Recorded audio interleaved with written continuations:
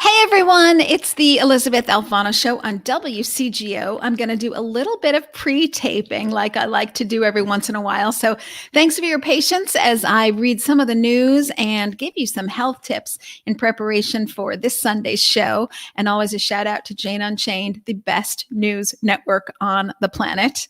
And here we go. We're going to do some live taped radio.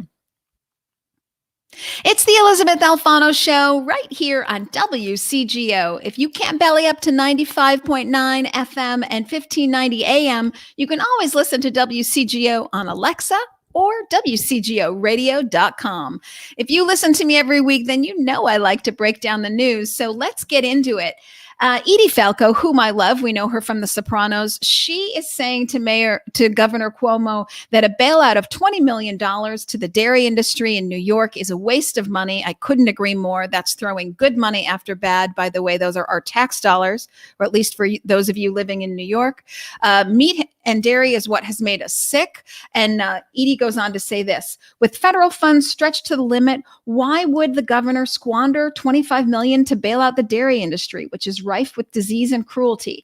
Not only is dairy not essential, but it is a breeding ground for disease. If the current pandemic has taught us anything, it's that raising and killing animals for food is a global health risk. The current crisis originated in a meat market, but swine flu and avian flu originated in factory farms in the United States. I couldn't agree more with her.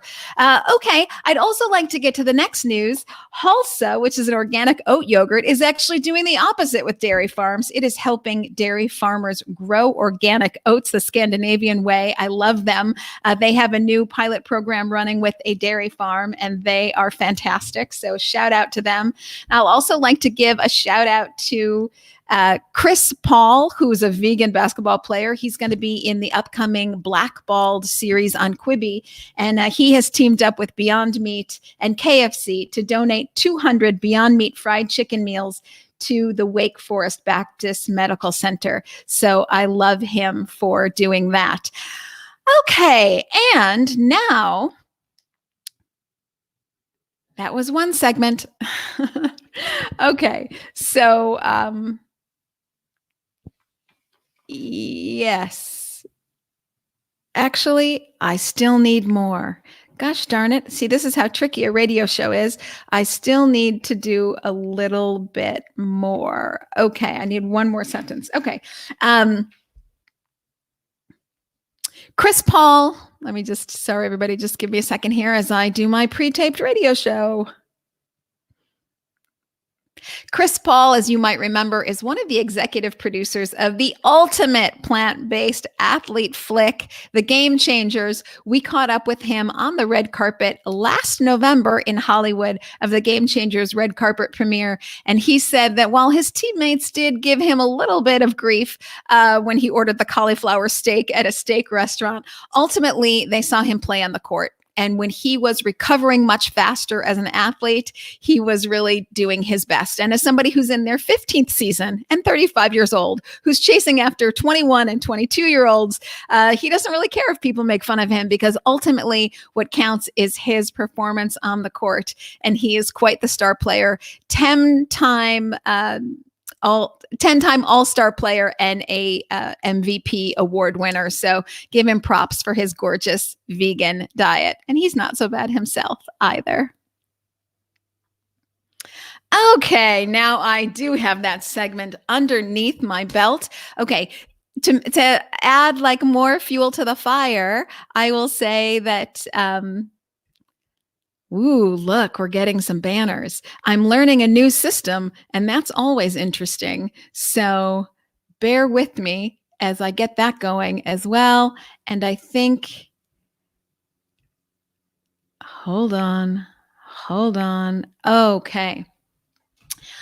All right, friends. I hope that everybody is doing well. Thank you for being with me. Thank you for your patience as I work out my next segment for radio, which is going to air on WCGO, but of course it is WCGO Radio, but of course it is here first on Jane Unchained.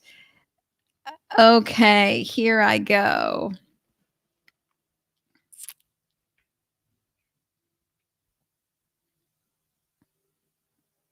Oh, we are back on WCGO Radio. Thanks for being with me, everybody. I'm Elysabeth Alfano, and like always, you can find me here every Sunday at 3 p.m. Central. I do appreciate you being with me, but of course, if you ever miss a show, you can always say, hey, iTunes, I'd like to get the Awesome Vegans Influencer Series.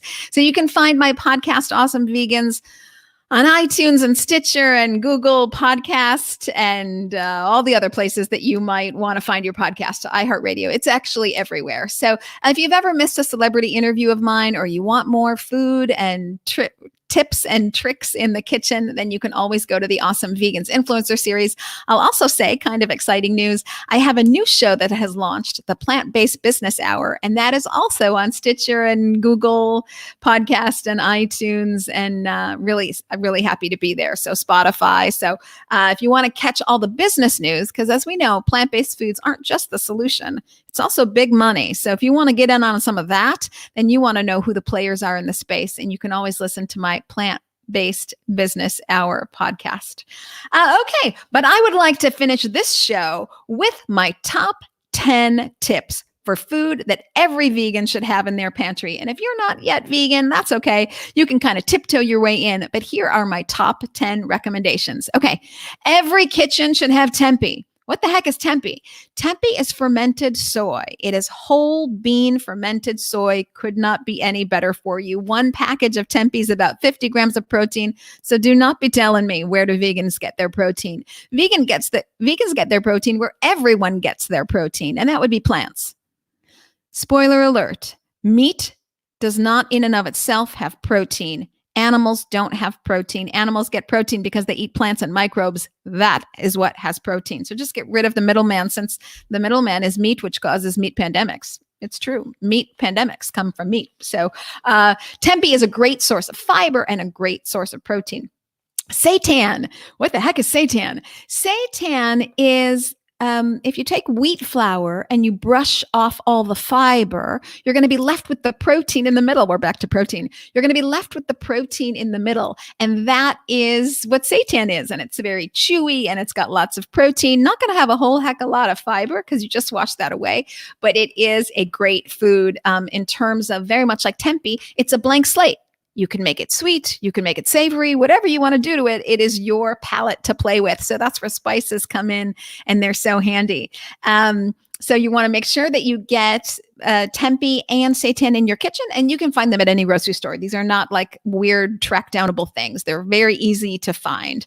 Okay, I think everybody knows that if you want to be healthy, you have got to work beans and lentils and legumes into your diet. In fact, on this show, I interviewed Dan Buettner of Blue Zones fame, and he says of all the centenarians that he has researched around the world, those who have a cup to a cup and a half of beans in their life every day, they have an extended 4 to 5 years extra of life. So you want to be one of those people, right? Of course you do. Okay, so beans and lentils, and I'll just say lentils. Ooh, so tasty. Ooh, tasty, tasty lentils. Nutritional yeast. Oh my gosh, nutritional yeast. So if you're afraid, like, oh gosh, if I go vegan, maybe I'll miss cheese. Well, nutritional yeast is your answer there. Not to mention that it's so super healthy for you. So nutritional yeast is a deactivated yeast. It's very high in protein. It has lots of B vitamins. I like to take air popped popcorn, and then I spray on my next number. I think I'm at number 5. I spray on my next number. So spoiler alert, Bragg's amino acids. I spray on some Bragg's, and then I scatter on some nutritional yeast, and it is so gosh darn good, and a very cheesy and very great popcorn snack that is really very healthy for me. So I love that. Okay, Bragg's, I sort of gave it away. Bragg's amino acids, you want that in your life. It's just a great seasoning, a great flavor. Air popped popcorn is not the only thing that it's good for. So I cook a lot with it. I marinate mushrooms in it, and then I grill them. We're coming up upon grilling season. So you want to make sure that you have Bragg's amino acids in your kitchen. Now, my next tip, I got to give credit where credit is due. My next tip I got from Dr. Gregor, the fabulous Dr. G himself. I was telling him that on my very favorite breakfast item, which is very high protein, very high fiber, it's raw tofu. Yes, you can eat raw tofu. It's raw tofu, hemp seeds, fresh berries, a half a cup of raw oats, and a tablespoon of date syrup. And I was using maple syrup, and Dr. Greger set me straight. He said, oh no, date syrup is going to be much more of a low glycemic food. So it's going to translate into sugar slower.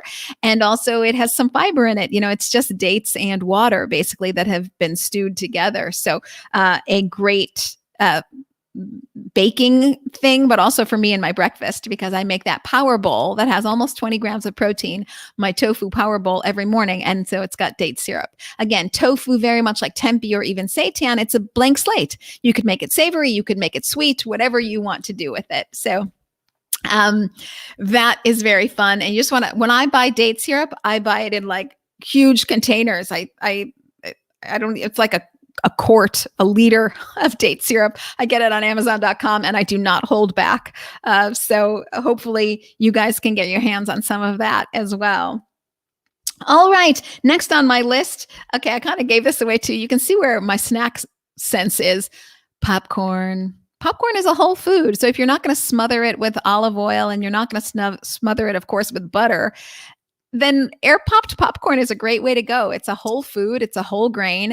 Ultimately, we really do want to stay whole food, plant-based as much as we can. Of course, we treat ourselves and we have, Beyond Meat and Impossible when we feel the need. But, you don't want those things 3 times a day. You want some whole food, plant-based in your life. And popcorn does it for me. So I feel like I'm cheating, but I'm not really cheating, which is, just how awesome is that? And I do have to say, like when my partner's out of town, I'll just say, oh, okay, huge bowl of air popped popcorn for dinner. And that'll do it. And I mean huge.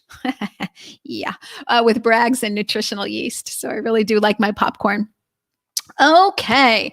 Next is sweet potatoes. Now, a lot of people say to me, oh my gosh, if I go vegan or I try to go plant-based, maybe I'm going to miss a lot of things. And maybe my life is going to be not abundant. And I say the exact opposite. When I was eating meat and dairy, it was like ham and cheese sandwiches all the time. So I was consistently relying on the same kinds of foods. But here, when I discovered a plant-based lifestyle, I was like, oh my gosh, why didn't I eat asparagus before? Why didn't I eat eggplant before? And sweet potatoes is the huge discovery. So I used to have sweet potatoes once a year on Thanksgiving. What a waste.